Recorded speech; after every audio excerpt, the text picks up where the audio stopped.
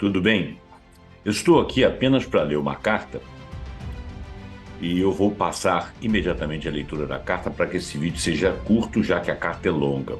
E vocês vão saber por que eu estou lendo. A carta diz o seguinte: de quem é a carta? Carta de renúncia de Craig Mackinder, diretor do escritório de Nova York do Alto Comissariado da ONU, das Nações Unidas, para direitos humanos. Para direitos humanos. Esta será minha última comunicação oficial como diretor do escritório de Nova York do Alto Comissariado das Nações Unidas para os Direitos Humanos, OHCHR, na sigla em inglês. Estou escrevendo para você em um momento de grande angústia para o mundo, inclusive para muitos de nossos colegas. Mais uma vez, estamos testemunhando o desenrolar de um genocídio diante de nossos olhos e a organização a que servimos parece impotente para impedi-lo. Como alguém que pesquisa os direitos humanos na Palestina desde a década de 1980, viveu em Gaza como consultor de direitos humanos da ONU na década de 1990 e realizou várias missões de direitos humanos no país antes e depois desses períodos, essa situação me afeta pessoalmente, diz ele. Foi também nesse escritório da ONU que trabalhei durante os genocídios contra os Tutsis, os muçulmanos bósnios, os Yazidis e os Rohingyas. Em todos os casos, quando a poeira baixou sobre os horrores perpetrados contra populações civis indefesas, ficou dolorosamente claro que havíamos falhado em nosso dever de cumprir os imperativos de prevenir atrocidades em massa, proteger os vulneráveis e responsabilizar os perpetradores. O mesmo tem acontecido com as sucessivas ondas de assassinatos e perseguição de palestinos ao longo da existência das Nações Unidas. Alto Comissário, estamos falhando mais uma vez. Como advogado de direitos humanos com mais de 30 anos de experiência nesse campo, estou bem ciente de que o conceito de genocídio foi muitas vezes abusado politicamente, mas a atual matança do povo palestino enraizada em uma ideologia étnico-nacionalista colonial, uma continuação de décadas de perseguição e limpeza sistemáticas baseadas inteiramente em sua arabidade e associada a declarações explícitas de intenção do governo israelense e de líderes militares, não deixa espaço para dúvidas ou debates. Em Gaza, casas, escolas, igrejas, mesquitas e instalações médicas estão sendo atacadas sem um motivo e milhares de civis estão sendo massacrados. Na Cisjordânia, incluindo a Jerusalém ocupada, as casas são confiscadas e realocadas exclusivamente com base na raça. Além disso, pogroms violentos perpetrados por colonos são acompanhados por unidades militares israelenses. O apartheid reina em todo o país. Esse é um caso exemplar de genocídio. O projeto colonial e étnico-nacionalista europeu de colonização da Palestina entrou em sua fase final, rumo à destruição acelerada dos últimos vestígios da vida indígena palestina na Palestina. Indígena seria população autóctone. Além disso, os governos dos Estados Unidos, do Reino Unido e de grande parte da Europa são totalmente cúmplices desse terrível ataque. Esses governos não só se recusam a cumprir suas obrigações de garantir a conformidade com as convenções de Genebra, como também estão ativamente armando a ofensiva, fornecendo apoio econômico, inteligência e cobertura política e diplomática para as atrocidades de Israel. Da mesma forma, a mídia corporativa ocidental, cada vez mais a mando dos governos, está violando completamente o artigo 20 do Pacto Internacional de Direitos Civis e Políticos, desumanizando incansavelmente os palestinos para justificar o genocídio e disseminar propaganda de guerra e apelos ao ódio nacional, declarações raciais ou religiosas que constituem incitação à discriminação, hostilidade e violência. As empresas de mídia social sediadas nos Estados Unidos da América abafam as vozes dos ativistas de direitos humanos, enquanto amplificam a propaganda pró-Israel. Os policiais da internet do lobby de Israel e os gongos assediam e difamam os defensores dos direitos humanos, e as universidades e os empregadores ocidentais colaboram com eles para punir aqueles que ousam se manifestar contra as atrocidades.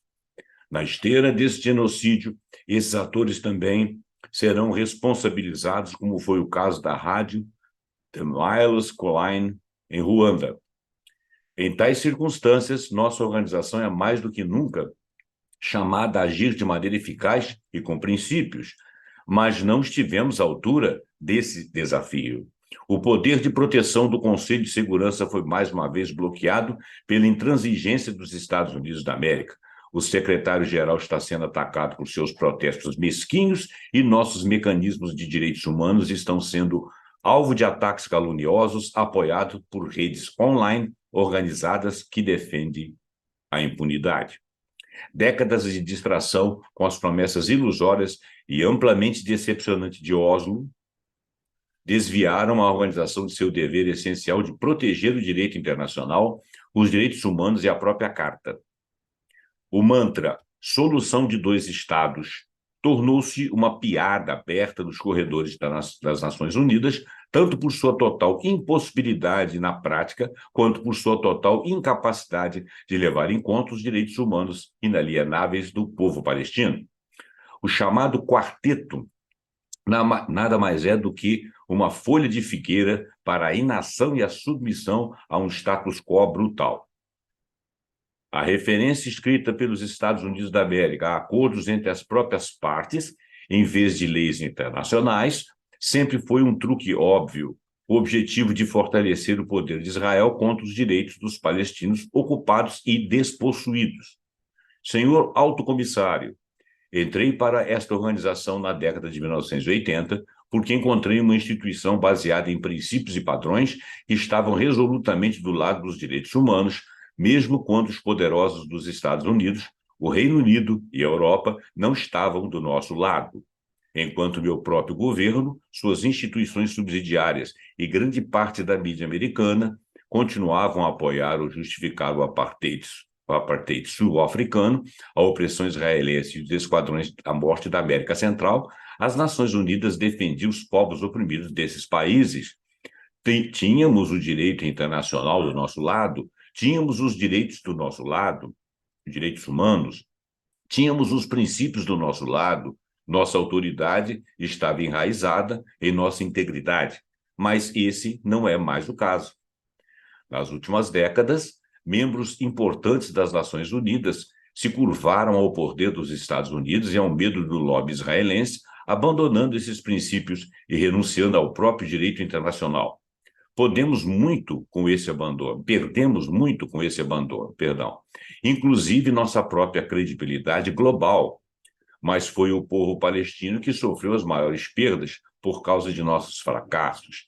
Ironicamente, a Declaração Universal de Direitos Humanos foi adotada no mesmo ano em que a Nakba foi perpetrada contra o povo palestino.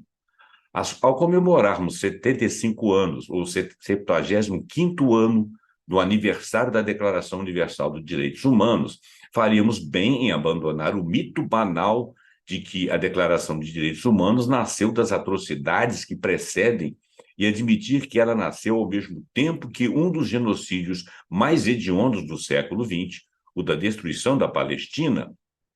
De certa forma, os autores da declaração prometeram direitos humanos a todos, exceto ao povo palestino.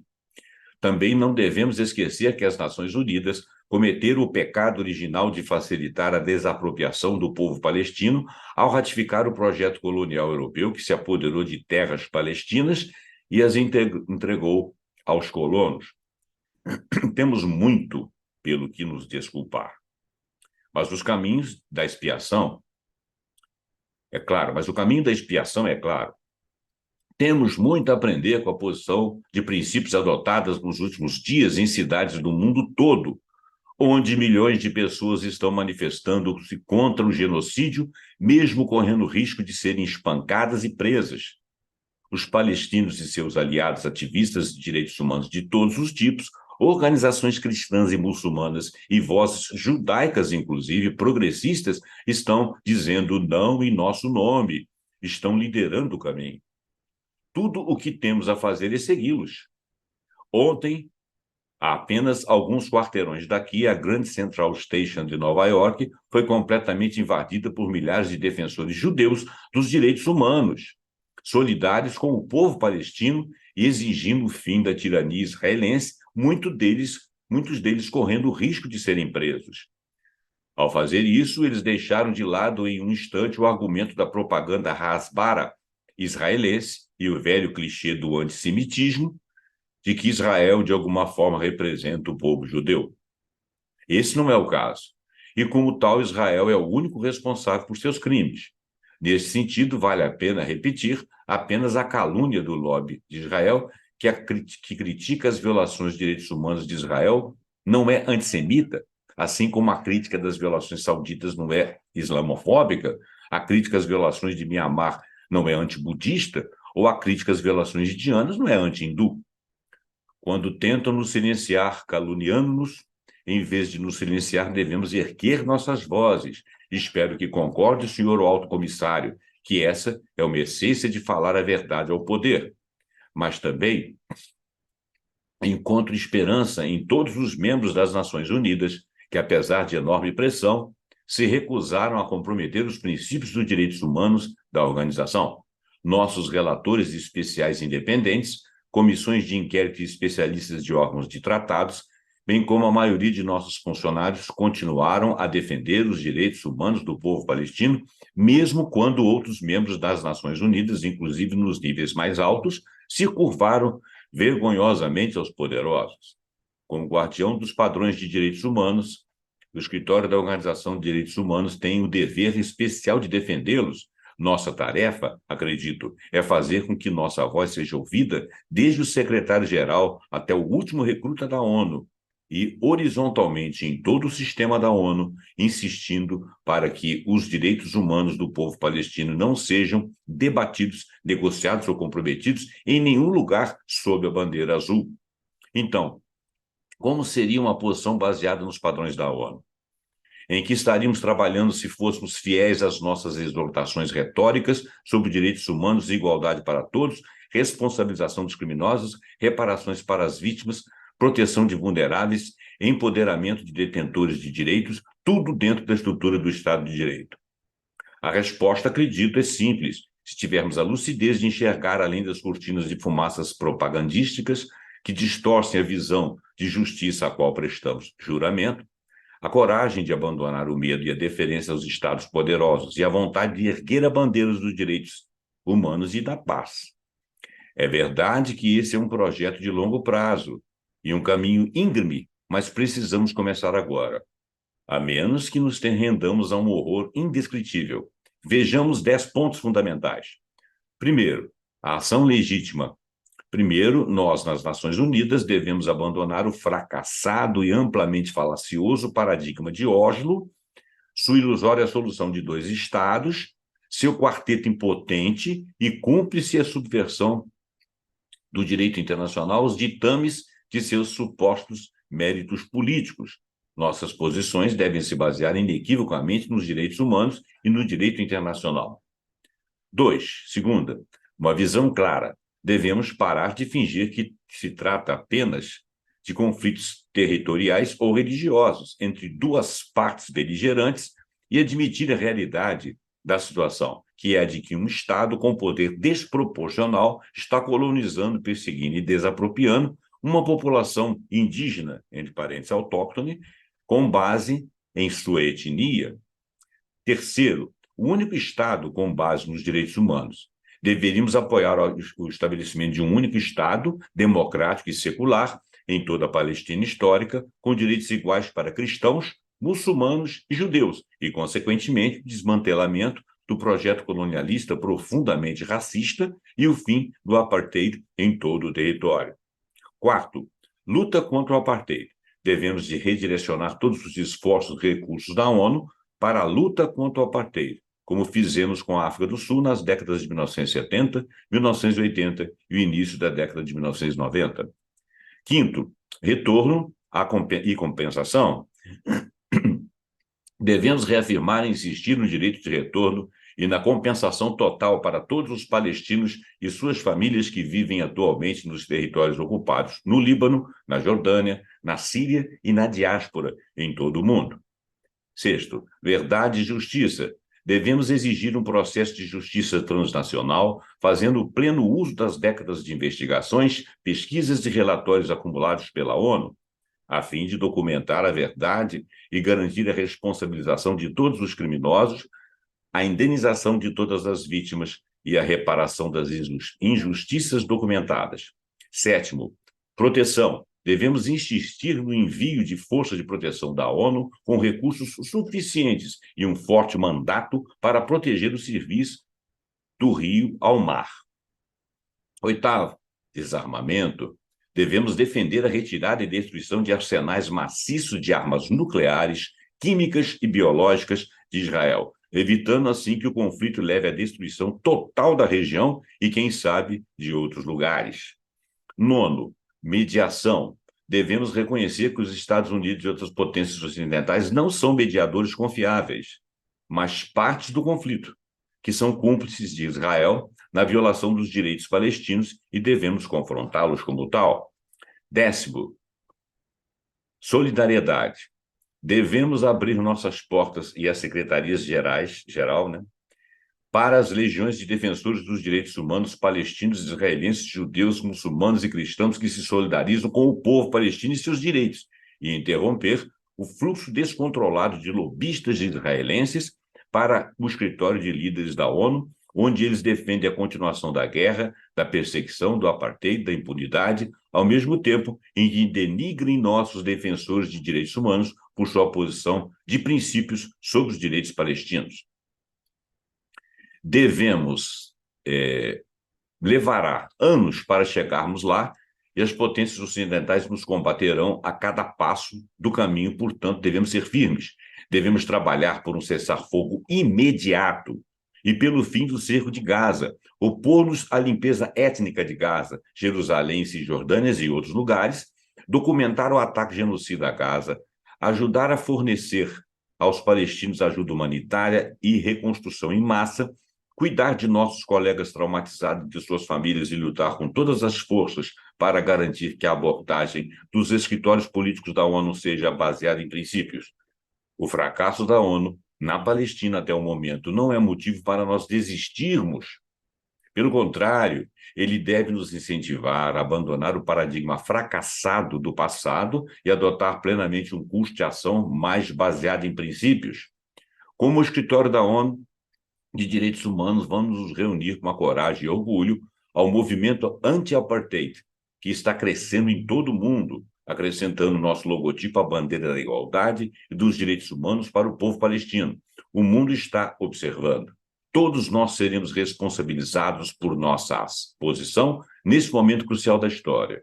Vamos nos colocar do lado da justiça. Obrigado, Alto Comissário Volker, por ouvir este último apelo de meu escritório. Em alguns dias deixarei o escritório pela última vez, após mais de 3 décadas de serviço. Mas, por favor, não hesite em entrar em contato comigo se eu puder ser útil no futuro. Queira aceitar, senhor presidente, a expressão de meus distintos cumprimentos. Craig Mockbinder. Desculpa, falei errado. Craig Mockbinder.